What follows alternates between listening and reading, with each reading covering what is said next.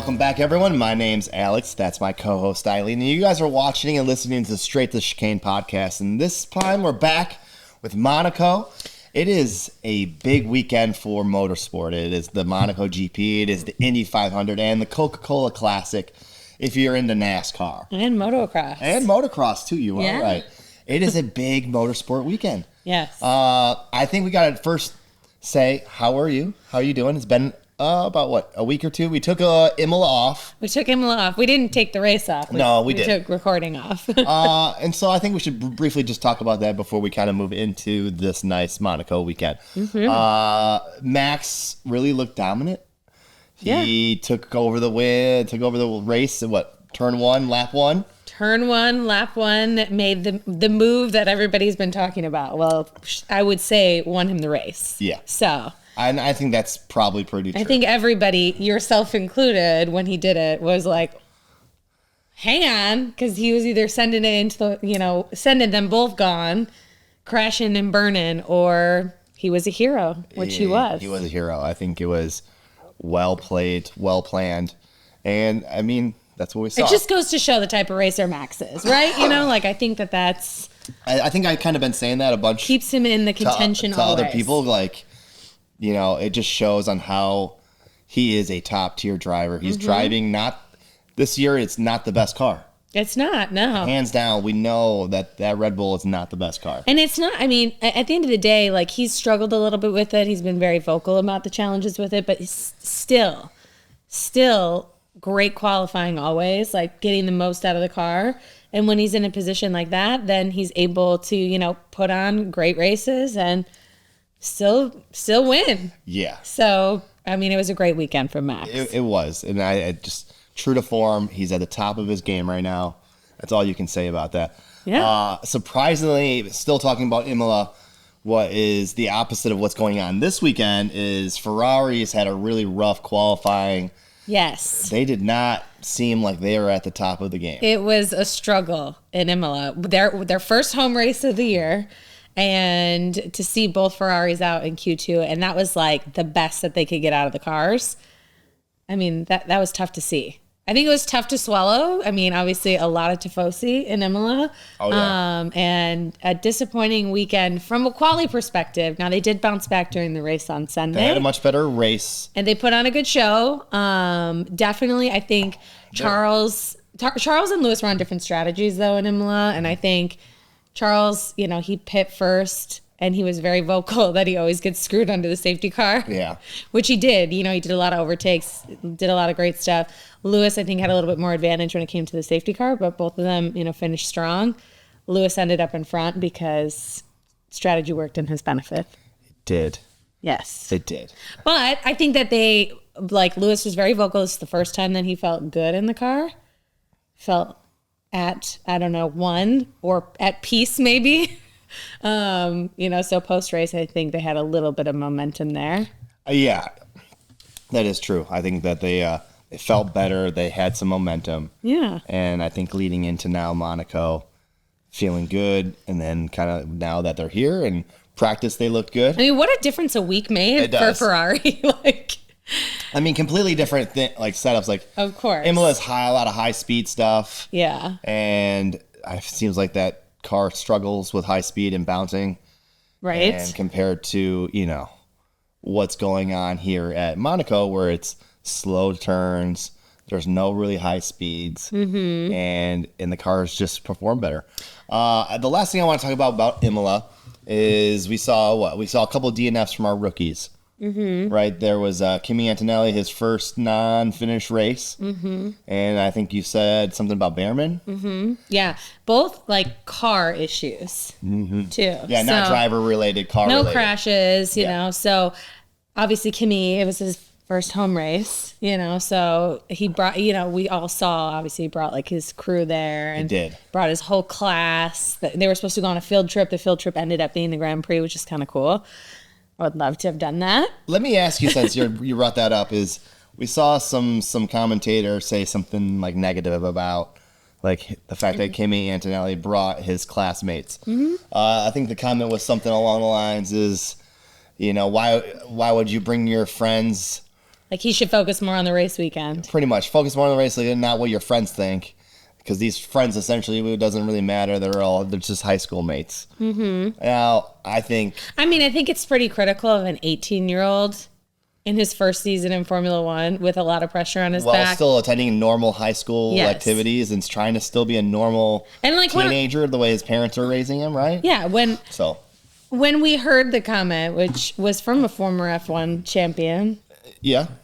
So when I heard the comment, I was like, wait a second, help me understand. So he DNF'd because of a car failure. Yeah. But I guess I understand, being critical of him because he did not have a great qualifying. He was out in Q2 as well with the Ferrari. So it was like double dose of just down bad for the Italian fans, both Ferrari cars are out, Kimi's out, so it was definitely a tough day for qualifying. But I think it's really critical to be that judgmental and make a comment like that. Like, listen, first of all, what an accomplishment to be that young getting into Formula One. So what if he wants to bring his friends? He brought them on media day. It's not like he brought them and they were there Friday to Sunday. He spent the time with them on media day, which is the appropriate time, and then the rest of the time he was focused on his own thing. Exactly. So I think it's in poor taste, in my opinion. I think it's just a comment for someone to just try to stay relevant. I think so. What it is, because he's always vocal. That individual is always vocal, whether it's positive or negative.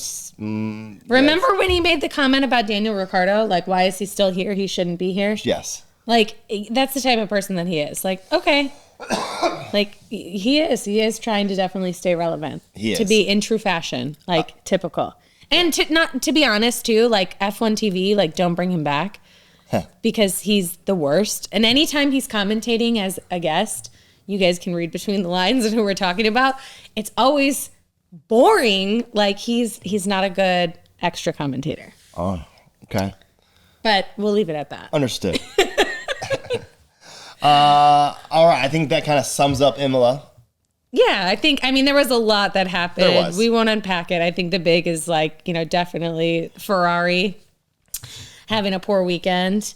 Even if you don't remember, Charles wasn't feeling optimistic coming into Monaco. Yeah. He was like, no, it doesn't give me hope for Monaco. And then what does he do? He comes in and he tops all 3 practice sessions. He had the hometown hero and that extra juice this weekend. He did. And I think before we get too much farther, I think we need to say, if you can, subscribe, comment on anything you guys want to. I think this is a nice, good forum because we have a lot of comments here on this channel and what we're talking about. But yeah, why we're here from Monaco. Yes. It is here in the United States, Memorial Day weekend. We celebrate that in a big fashion with the Indy 500. And in fact, it's on TV in the background right now watching. I would tell you, most of the time, the Monaco GP is pretty boring. You even say yourself, It's a tough race weekend. It's a lot of spectacle. There's a lot leading into it. It's been a discussion on whether or not it should stay on the calendar. I think definitely for the last 5 years pretty heavily. And so they made some changes coming into this year. Yeah, so let's talk about those changes. So if you don't know, typically at every Formula at every Formula One race, they always have a one mandatory pit stop. This year, because of the way the race always is, and especially last year too. Especially last year, they added a 2 pit stop mandatory requirement. Right. And I don't know if that even helped.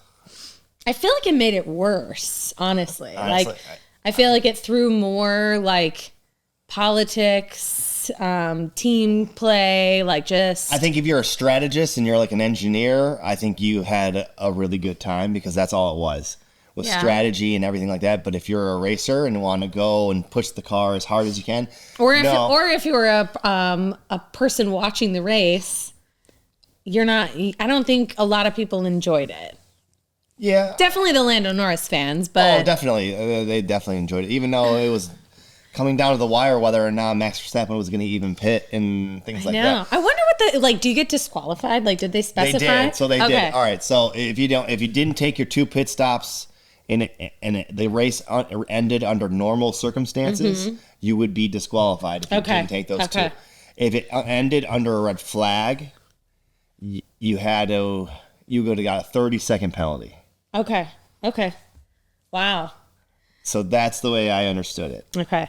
Yeah, I mean, it definitely threw in a wrench. I think going in, nobody really knew, like, people were optimistically hopeful is what I would say. Myself included. I was like, okay, this is going to, like, throw some things. But then I'm also like, well, in reality, I know what the race form has always looked like in Monaco. And there's always two separate races. Well, look, it's always been based on Saturday. Of course. And that's been like that for, I don't know, since the 70s or whatever. Since the cars have gotten too big for that place. Mm-hmm. Look, Monaco is, I think it's 1 mile wide by 2 miles long. Mm-hmm. Is the whole entire country. I mean, so they have a racetrack inside of that scenario that has... It shuts the whole city down. However many people live there too. So it's a sight to be seen. It's a meaning thing because it is part of like this year's F1 75. It's part of the culture. It's part of 70. It's been there for 75 years. Yeah. They've gone there every year except for maybe COVID. So look, It's a staple of F1. I don't think it's going to go anywhere. I don't think it is either, clearly. But like we're coming off of Imola, that is up for discussion on whether or not it's going to be there, and it has so much history too. And the drivers love it. And the drivers love it. Yeah. And then we're coming to Monaco directly after, which is definitely a historic track, and it has a lot of history, but it does not produce like it's just like the diamond, like it's there, like it's an achievement to get. Would you rather win Imola or would you rather win Monaco? I mean, I think if you're thinking about the races in general, like you would want to win Monaco. Because it's a higher token. It's like winning the Indy 500 for IndyCar. You won oh my God, I can't talk. You win the Indy 500, you might not even win the championship, but you're a bigger name. Sure. Look at Joseph Newgarden. Back-to-back IndyCar 500 winner, but he's talked about so much and publicized. That you don't even know who the actual winner is. More so than Alex Palou, that is the championship winner back-to-back. Sure. So, I mean, I think that's kind of the comparison there. But when I think about race quality and what we would want to see from like a viewer and even from a racer, like listening to the drivers, it's Imola. But I think they would be conflicted too. Lando Norris won the Grand Prix today for the first time. He said, I am looking forward to being able to tell my future kids that I won the Monaco Grand Prix. Exactly. So that I think that's how big that race is. I know. As an individual race, I think it's the top tier. So it is for the name. So is Monaco the Indy 500 of Formula One? Kind of, right? Yeah, but I would argue that maybe the Indy 500 is... It's bigger. It's bigger, but that's because... But how would you debate bigger, I guess? Viewership? No. There's more Americans watching the Indy 500, but there's more people in the world watching the Monaco GP. Mm-hmm. Is there more people attending the Indy 500? Yeah, I think there's 300,000. 350,000. Yeah, okay. Sold out. Yeah. So that can't happen in Monaco. Of course. Okay. But does Indy 500 have a cruise ship? Monaco is for the billionaires. The millionaires and the billionaires are attending Monaco. Yes, there's a cruise ship parked out front. I'm sure it's pricey to be on. So, no, but what I'm just saying is obviously like the Indy 500 is definitely like it's the pinnacle of IndyCar. It is. And is Monaco. Yeah, like it brings out all the celebrities just like the Indy 500 does. Yeah. Top tier celebrities are on the grid. I'm sure the parties are crazy. I can only imagine how packed everything is like during the weekend. Yes. Considering how many people are there. It's not just American celebrities, it's like world celebrities like cricket players and like famous people from soccer, FIFA, like all sorts of stuff. Yes. So that's who is attending, the Monaco GP. Yeah. But, honestly, I think just the whole weekend, Ferrari was looking kind of good. Like Leclerc was topping all the practices. And Lewis was not doing bad. No, he was right behind, like in third or whatever it was, finishing. I think, as a Ferrari fan and also as a Lewis fan, I was like, man, I don't want to get my hopes up going into quali. I don't want to get my hopes up.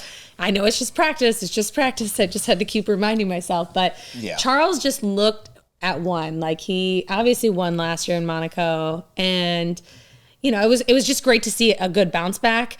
I think it's interesting that they put their rear wing from 2024 on the car, and then all of a sudden it started like working better. No, I just think they put that particular wing because that wing works. This whole course, Monaco is a completely different ball game than any other track. Mm-hmm. And I think you can similar to Singapore, right? Similar, but even more so. Like, it doesn't matter how much downforce you put on the car here. You're never gonna. Somebody said, one of the engineers said, for every point of downforce you're adding is greater than the point of horsepower or like aero that you're losing. Mm-hmm. So it doesn't matter how much aerodynamic you're losing as long as, because you can't ever get to full speed here. Yeah. There's never the top speed. It's like the slowest track, right? It is. Yeah. Slowest track and most boring race. It's tough because it is kind of a boring race, and I think they tried to do something with the tire thing with the 2 stops. But look at the end of the day, we find out that Mercedes didn't even know. Did they use that as an excuse? Absolutely, they had to have. Listen. If you don't know, Mercedes has said that they didn't know that the race was a 2-stop requirement until 60 laps into the race. So let's talk about Mercedes for the weekend. Horrible weekend for Mercedes. So they didn't stop until 70 laps. I didn't even think they were gonna stop. 78 lap They were probably race. reading the rules and realized that they didn't, they would get disqualified. Apparently they were not in the same race weekend as everybody else because, my God, everybody's talking. I even knew a lot. I'm sure everybody watching this knew that it was going to be a 2-stopper mandatory, but. Did Toto use that as an excuse? I think so, but bad strategy, poor qualifying. Their weekend was over yesterday. But then if they didn't realize, then that's even worse strategy. Well, and then I don't know how you can spin it to look good, even if you say you didn't know. Yeah, I would rather just admit that we had. I think there was obviously the hope that there was either going to be a safety car or there was going to be a red flag or something, just because. A lot of people, were in a train stuck behind the Williams. And the first people behind the Williams were the Mercedes cars because they were together. Yeah. So obviously, at the end of the day, I think even Max waited to the last lap to get his second pit stop in. Like, he was waiting for a potential safety car, a red flag or whatever. Yes. So it's just, what were they thinking was going to happen? But Mercedes was the last to pit. And on top of that, George, this was the worst weekend for Mercedes. And poor George, who's had such a great start to the season. But George was getting so frustrated behind the Williams cars. And then he ends up going straight through the chicane and overtaking Albon. Yeah. Because Albon was driving erratically. He wasn't. He was just driving slow. So basically, Williams was playing the team game after they saw that it worked for Racing Bulls. Honestly, I think, speaking of this right now, if you want to talk about that, the Racing Bulls and Williams, yes, they played the team game and they played the strategy of the race perfectly. Mm-hmm. Both teams had both drivers in the points. Yeah. Well, they also, Racing Bull, what Mercedes... Racing Bull had a good weekend. Exactly. Racing Bulls had a great qualifying. They did. They both were in Q3 for the first time. Yes. They were both set up into a position. Lewis got the 3-place grid penalty, and Hadjar was up in a great position. And starting... How about Hadjar looking good, huh? How about Hadjar, P5? So good. He was up there. So they got it right, and Williams followed suit. Williams basically did the same thing. Liam played the team game. Yeah. Backed up, the pack, which that's what Monaco is. And that's why it's such a frustrating race is not only is there no overtaking, there's also the 2 separate races because there's always somebody that's middle of the pack or P5 or down that's just holding up the rest of the grid. Mm-hmm. And that's the tough part. So, they got it right. Then Williams was like, oh, we're going to do the same thing.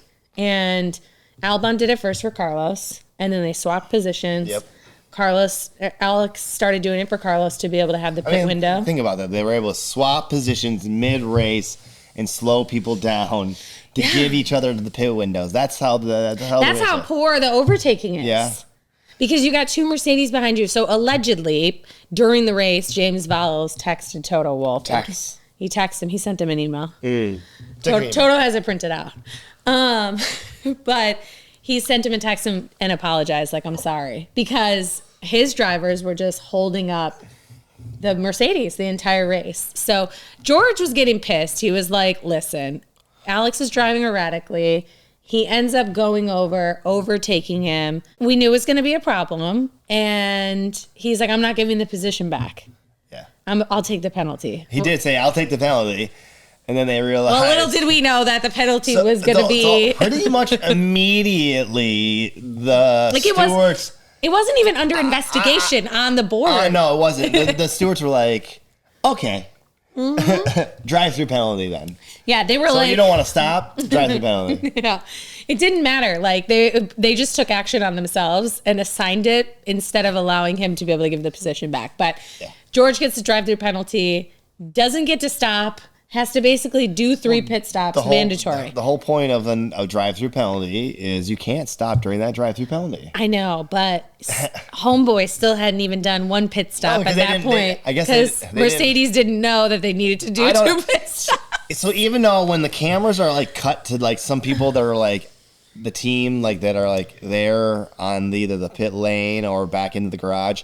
They're watching the live broadcast. I know. The live broadcast. And they're like waving at the cameras. The live broadcast had a new little logo thing on the side of showing the 2 pit stops, who have done it, who haven't done it, who needs to do it, who did it. Who needs to do it still. Yes. I'm telling you. I mean, I don't know how they missed it. You know when you get caught doing something and you're like, oh, I don't know what I was doing. Shit, I made the wrong mistake. And you're like, I didn't know. Nobody told me. Plain ignorant. That's what they're doing. Exactly. They're embarrassed. They put their tail between their legs. And I mean, they had a rough weekend because even qualifying, well, yes. George's car failed and inside the tunnel, and Antonelli had just crashed out. Yeah, like it's right before that. He crashed out, but made it into Q2, but wasn't able to go into Q2. Yeah, so I think Mercedes didn't have a good weekend either. Just in general, because even practice sessions they looked off. Yeah. George said that he started to feel better, I think, starting quali, but then the engine problem. It didn't feel great for them. So. We'll see. The next race, I'm sure they'll bounce back. George has been like Mr. Consistent this season, and I really don't think Kimi has been doing that bad. For a rookie, somebody brand new to F1, young, with a lot of pressure and a top team. So we'll see. Okay.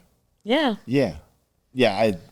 I'm just so amazed that Mercedes screwed up so bad. You're still thinking about we didn't pit until the 60 laps. I don't get it. It's.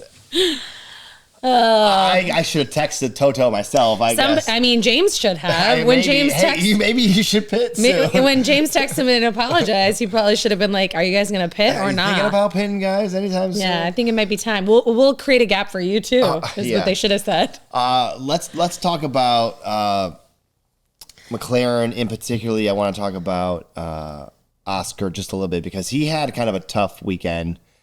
Like it literally took him all the way to the last run on qualifying 3 to really kind of get a good lap in. Practices, he was sideways. He made his first mistake where he crashed into the wall during practice. Yeah. And I think that's like the first time that we've actually seen him make a mistake. He had a tough weekend. I think this was his hardest weekend. I think he even said it himself, like just getting the car under control.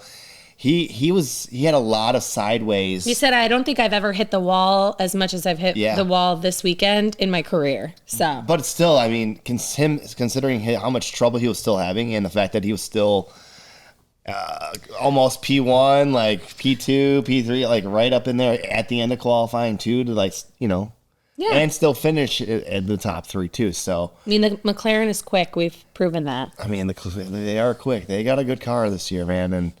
Whatever they're doing it right. Listen, Red Bull had a great car up until Spain last year, too. So I hope to God we're going to see a little bit of spiciness. Yes. And then a little bit about Norris, I think we should talk about. I saw some comments and some articles about that he took some time away from social media, that you showed me a photo of him rolling up, and the difference between Lewis rolling up in a motorcycle and him rolling up in a moped, right? And also Oscar rolling up as a passenger. As a passenger on a moped, yeah. It was like the levels of coolness. Yes. But look, I honestly, I think for the social media break for someone like Norris, I think that's probably a good thing, and he probably should do it more often. If you ask me, like...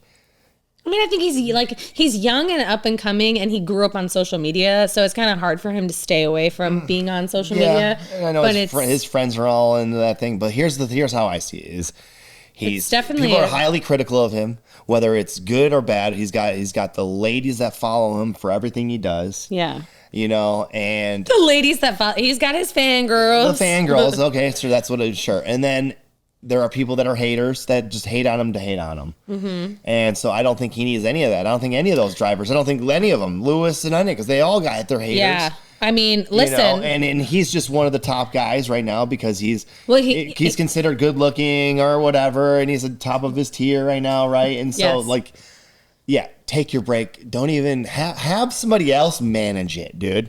Yeah. That's what I say. Well, he didn't get rid of it. He just took a break. He shouldn't even be on it. He should have somebody else manage it, and that's all it should be. Yeah. He doesn't need to be on it. He's got way too much more things going on than dealing with fucking social media. But that's my opinion. And for sure, he credited a little bit of it to maybe he felt a little bit more focused going into this weekend. Maybe he didn't have so much pressure coming into the weekend on him because he wasn't reading all the BS stuff. So it's because it takes a lot out of you. It does. And so he had great weekend, great qualifying, obviously strong race today with the exception of the lockup in turn 1. Yep, was on form. Yeah. Except for turn 1 and lockup. But he did set the new track record for qualifying. So fastest car ever to be in Monaco. Fastest driver to ever drive in Monaco. Let me ask you about that lockup, because I think you either said it or you said somebody else said it, that if he would have done that at any other track. Yeah, absolutely. He would not have won the race. Correct. Or he would not have been. He would not have been in first coming out of that for. He might not have been in first. Okay, we'll leave it at that. We've definitely seen Lando come back from situations where he's been behind and obviously has overtaken cars in the McLaren. But if it was another track, I think that lap 1, turn 1 would have looked a lot differently. Obviously, the run down to turn 1 in Monaco is 2 feet, so it's very short. It's so short. It is so short. There's not even time for once you get the DRS open. Mm-hmm. It's already. There's no way. DRS is null and void. I feel like in Monaco, it doesn't even matter. They shouldn't even have it. Look, here's what I'm gonna say. If they want to keep Monaco, I'll go a little off on my tangent. I've been hearing rumors and I've seen some things about the fact that they're expanding the size of Monaco, meaning not more land that's already on land, is they're expanding into the ocean. They're building it out. Rich people. Yeah. And that's what they can do. It's what they do in the UE, the UE or whatever. UAE. Yeah. And Abu Dhabi and all that, those areas. So that's kind of what they're doing here in Monaco as well. Wow. And so they're going to expand that. I wonder if they're going to expand doing that. Maybe they expand the racetrack because it needs something more. Mm-hmm. There has to be some level of overtaking, I think. And that's I think that's what is always such a bummer is, we all know it. We expected at this point that qualifying is going to be the day that's super exciting and kind of keeps you on your toes. And the race is going to be kind of boring if maybe there's rain, but even when there was rain, you never know what you're going to get. Yeah. I think it's a smaller car and it's doing something different with the track a little bit because the cars need to be smaller. There's no room. You can put that car. Are the 26 cars going to be smaller? I know they're getting a new chassis. I keep hearing that they're smaller, and I've seen some photos of them being quite a bit smaller. But we'll see when that happens, when it all comes out together. Yeah, I don't think we're going to get rid of Monaco. No, we're definitely not getting rid of Monaco. It's not that I don't like it. I just think it is a bummer to see that you're talking about getting rid of Imola versus, Well, they're getting rid of a lot of racetracks that the drivers like. I think we've talked about this last time. Yeah, Zandvoort is going, on a rotation with Spa, which is Spa's one of the top. Those two are the. Zandvoort just came back, so it's but it's Max. Max is home. So is Spa, kind of. Max has a lot of home races. I guess the big issue is because all those tracks are all in a very small area of Europe. Yeah. Right? It's saying, like America here, we get our three, right? We get 3 races, plus we have Canada, which is 4 technically, and you have Mexico, which is not that far, 5. So, those races that all happen in Europe are even closer than what I just said for the America being spread out, I know. We don't think about that. In proximity, you just think about the country that has we don't necessarily the most need races. 3 races in America, but we are spread out so much that it makes sense. And I know we are a huge money market for the corporation of Formula One. So I know. Yeah. Just think about, kind of tying into, I guess, the next thing I want to talk about. Think about when the F1 movie comes out. How much more like fandom and things that it's going to bring to the sport. It will. And I think, I honestly don't know if it's going to make more money here in America or if it'll make more money worldwide. Yeah. I personally think it's going to make more money worldwide just because I think Formula One is a worldwide sport more so than here. But that also happened this weekend. Yeah. They had a big premiere for the drivers, the principals, some of the teams, people. So I saw some mixed reviews. Yeah. Some of the drivers were like, I think most of them were like, they liked the movie. I think, they're not really going to say they don't like it, know? There's some people that kind of genuinely felt like they liked it. Then there was someone like Kimmy who was like, you saw his reaction. It seemed like he didn't really like it. Yeah. Him, and then Carlos was like, listen, I think for people who, and very honest, I think for people who are either really big motorsport fans or people who are drivers are going to notice some of the small details. I agree, because you heard Alonso, he really liked it. I think he recognized himself. Resonated with the characters. He's like, all right, a 50-year-old driver, I can do this for 10 more years. Yeah. So. So those kinds of things. I'm just curious on maybe the young crowd does, because I have some young coworkers that are like not as young as Kimmy, but when I think of Kimmy not really liking the movie, does he even watch movies? Is he a movie guy? Is that these young kids like movies anyway, or they're Listen, I can't wait to see it. They can't sit around for 2 hours, because that was kind of his thing, was like it was so long. Oh my god! Well, it's a movie. It's a movie. It needs to build a story. But I mean, listen, I can't wait to see it. I heard, the drivers couldn't give too much, but they interviewed like, who was your favorite on the grid? Yeah.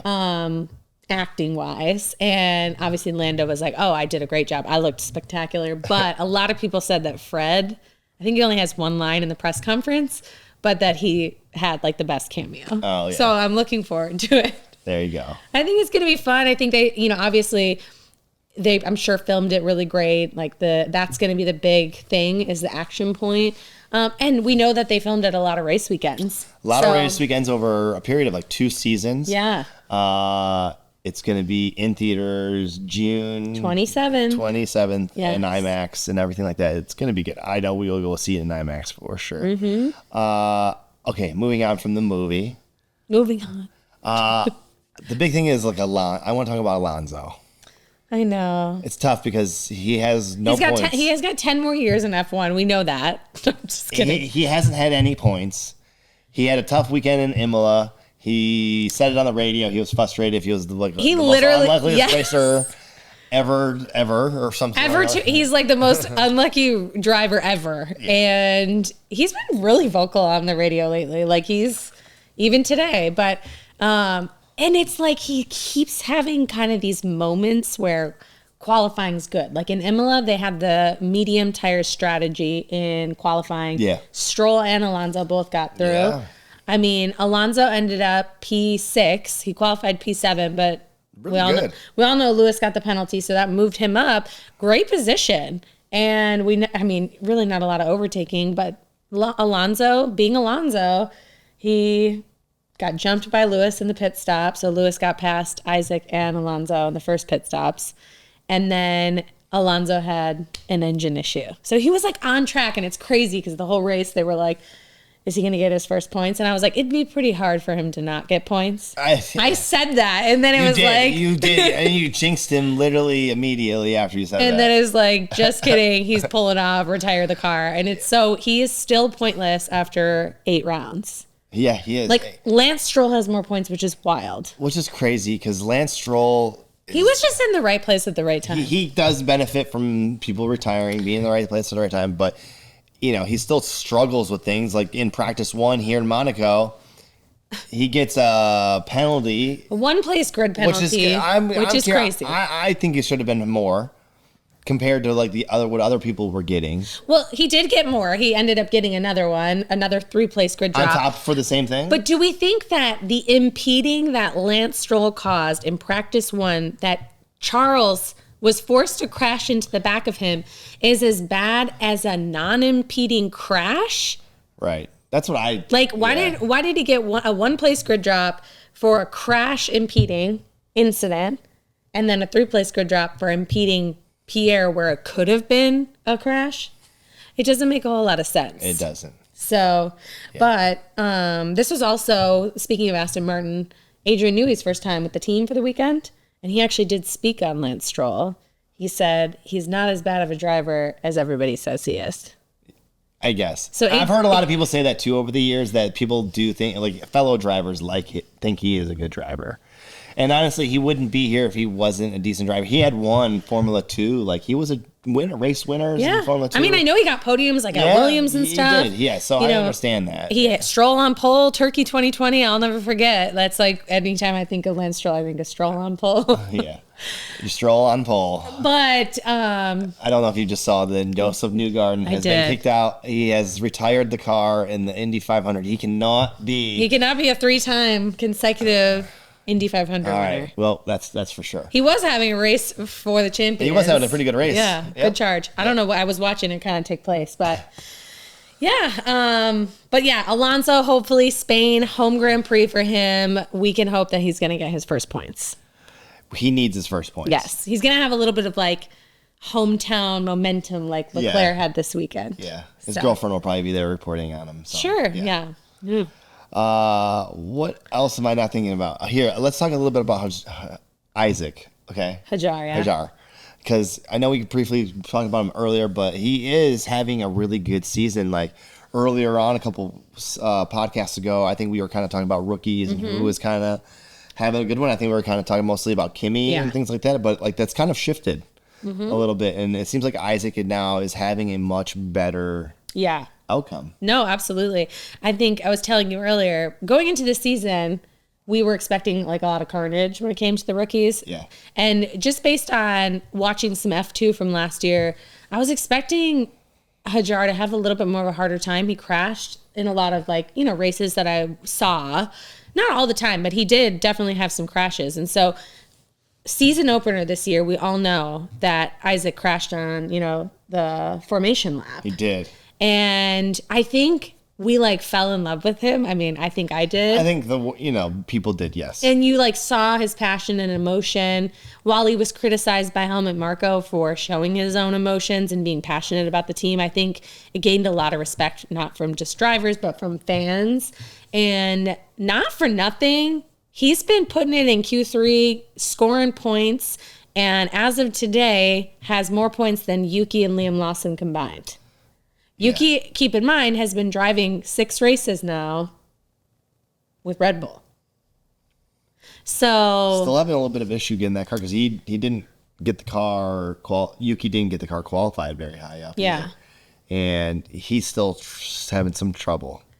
Yeah, I think we'll see him come. They're saying that they're going to give him obviously the whole season, which I'm very grateful that Red Bull is doing that. Because you can't come to terms with the new car. But no, and I agree. But you need to give him more time, and I think that car is completely different than the racing. I mean, if Max Verstappen is struggling with it, he is, but he's also he's hands down the best driver out there. What he's doing in Formula One and sim racing, WEC, everything, series things. Yeah. He's.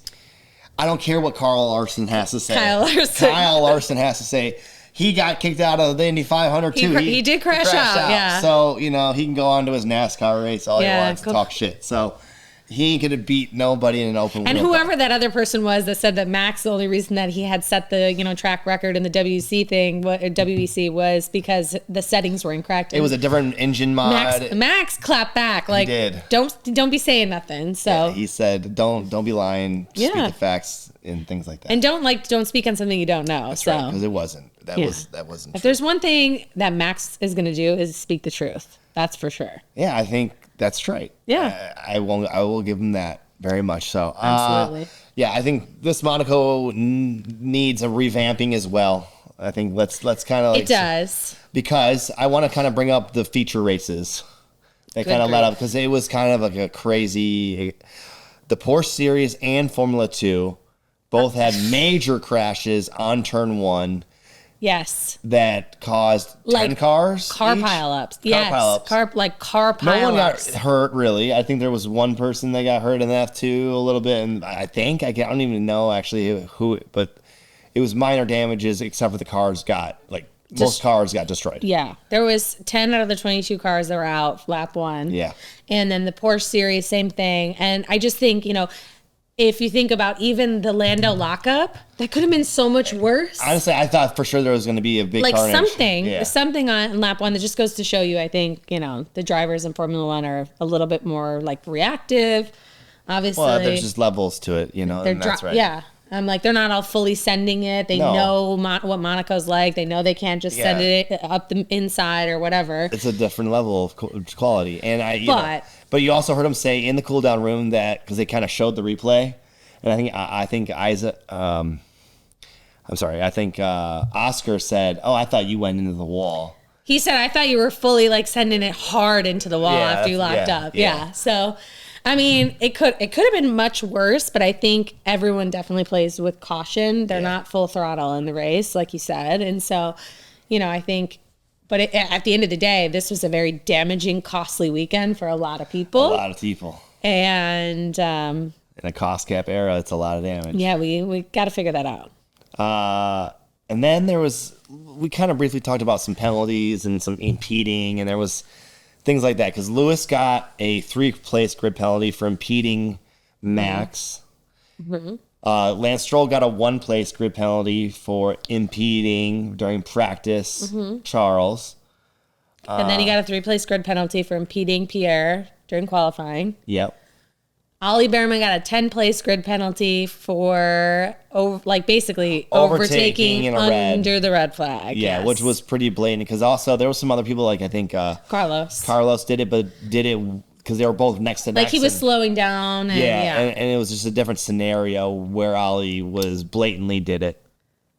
So there was a lot of impeding, and that's kind of maybe due to the track. I mean, I just think that's the thing too. And I'm not trying. This by no means is a dog session for Monaco, but I just think that's the nature of the track. Is where are the drivers supposed to go?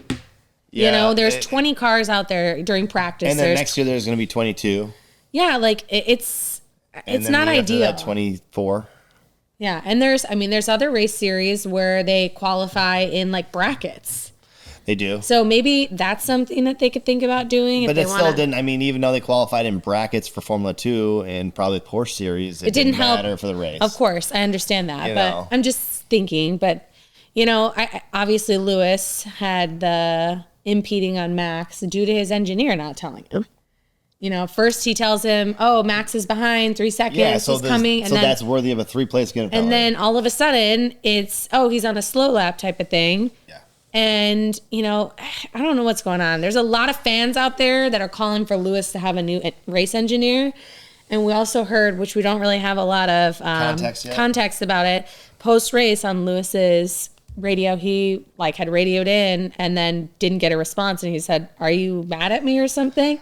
Again, that was inside the tunnel, and then there was silence even after he came out of the tunnel. Yeah, so we don't know if that radio.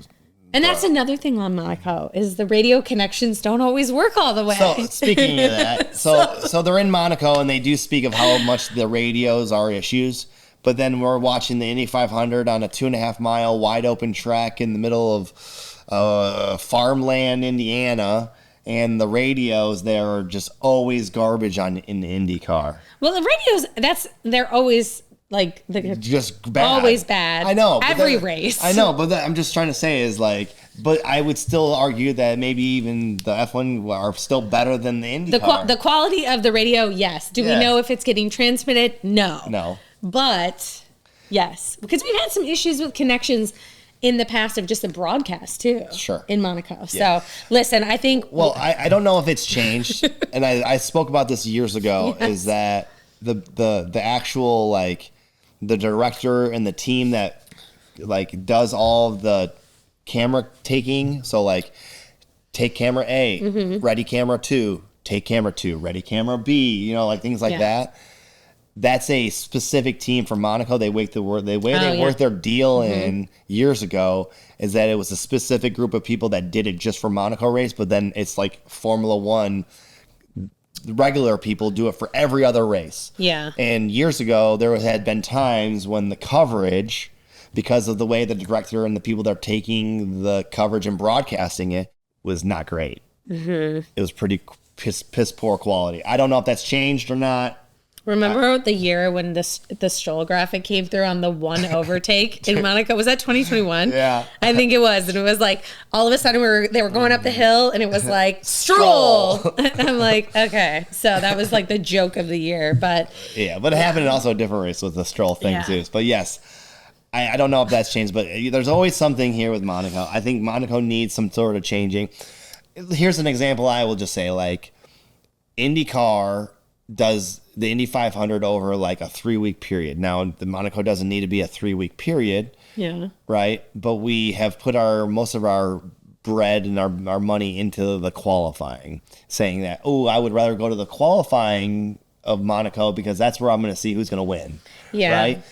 How do we change that up and make it more interesting? So maybe we do like more event stuff where it's like kind of what they do on Carb Day here in Indiana, the Indy 500s, like they have like pit stop races and between those times. I don't know. How do you make Monaco different, better, more enjoyable than it just being a parade of race cars? Because essentially that's what it was. We had one on track overtake with Kimi and Bortoletto, and then Bortoletto tried to go back. No, I'm sorry. No, opposite. Yeah.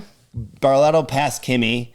Kimi got mad at the hairpin. Came out of the hairpin. So Kimi tried to do the inside and took it inside, and Barletto went into the wall. That was, other than that, I think we had overtakes because of strategy. Because of the pit stop, yeah. Right. Yeah. So, I mean, it's tough. At the end of the day, like, Monaco's not a city that we could do anything like the Indy 500, obviously, with any type of stuff, because they can only close their streets down for so long. I know. You know, where else are people, so you can't get around. Yeah, I don't know. Unless you have a boat, you know. Got to change, because it's not going to not be on the calendar. It's always going to be here. Yeah. So I think it's, how do we make the cars acceptable for that place again? Well, we'll see next year with the new regs and all of that stuff. So we're on to the next race in Spain, the final race of the triple header. Man, it just flies by some of these races. I can't believe it. I felt like it just started and we're already coming into almost the halfway margin. Yeah, I know, and I don't like that. Race 9, and this is when we should start seeing a lot of upgrades. Some upgrades. We still have a pretty close battle for drivers. Oscar still leads. He's still leading, but it's not a running away with it by any means. Now in the Constructors' Cup, it's more of a runaway. Yes. With McLaren, they're both drivers are consistently winning in the top. Mercedes is P2 in the Constructors, and they didn't score any points this weekend. So maybe not ideal. So yes, not ideal. Yeah. That's the big things. Where you said with Spain. I think traditionally, it's not my favorite track or one of my. I can't remember. It's normally a good track for Lewis, so I'm optimistically hopeful going in. Yeah, we'll see how Ferrari does. They need a win. They need to put some pressure on McLaren. We need to see something other than McLaren and Max, because that's kind of what it tends to be lately. I mean, exactly. I think this weekend was promising for them. You know, Lewis, from a pace perspective, it wasn't there like it was with Charles, but you know what? Charles had a much better pace. Yeah. So. And that was the thing. Is like he kind of stayed with Oscar. He stayed in the mix. I'm sorry, he stayed with Lando most of the time. they were together for the first portion of the stints. For sure. Oh, yeah. They were together while everyone else is kind of all the way pretty much up until the end when I think he realized, like, okay, Max was holding Lando off, and it was just impossible. So, yeah, But Spain was a turning point last year. Maybe you know what? Maybe they do something like they do in Formula E. We're still talking about this. I'm thinking. I'm just trying to like. Because the thing about Formula E is they do it, I think, in every race where they have like the boost. They have the boost line. I don't know if you know about it or not, but like you can go for like this boost time where your energy is boosted for like, I think it's like 10 minutes or 5 minutes or something like that. And so maybe there's something like that they can introduce for Monaco, because it's got to be, we need something. We need some on-track passing. I think, listen, we can see that the FIA was open to trying something different this year with the 2 mandatory pit stops. I don't think it really worked in their benefit. I think there is probably going to be a big open discussion about things like backing up the field. Is there going to be penalties for doing stuff like that? Should be. You said there should be. I was like, yeah, it makes sense. Like, how slow can you go type of thing. You know what I mean? Yeah. Like certain stuff like that, because then it also causes like the front leaders to be lapping, which we saw a lot of issues with the blue flag. So I think there are going to be a lot of things post Monaco to talk about. And I want to say one more thing, because I know we're running a little long. It's starting to get a little long in the teeth here. Yeah. But we had a lot to talk about. Like, look, Monaco's a lot. Yeah. Here's the thing. So they always have the driver room, the driver's room. The cool down room. The cool down room. Thank you. That they're always kind of talking. We're getting the inside story. We kind of, they're not. We get the tea. We get a little bit of the tea, right? Yeah. But this time, because they started talking about the track quality and the race quality, and them kind of all like backing down, and like you even heard Alex Albon, I could drink tea inside the car. They kind of like cut the audio out, and then they like left the driver's cool down room way earlier than what they normally would do. Yeah. And I'm glad that Martin Brundle and Crofty, because they made them come in, but Martin Brundle kind of continued the conversation of saying that it wasn't the greatest run, and they were not going. I would have loved to heard the drivers more, because that's their opinion matters most, because they're the ones still doing the thing and making it. Right. So I think Formula One needs to watch how much they're critiquing and how do I want to say, directing or scripting the outlook. The conversation is happening. Over Monaco. Let's just be real about it instead of trying to cover it up.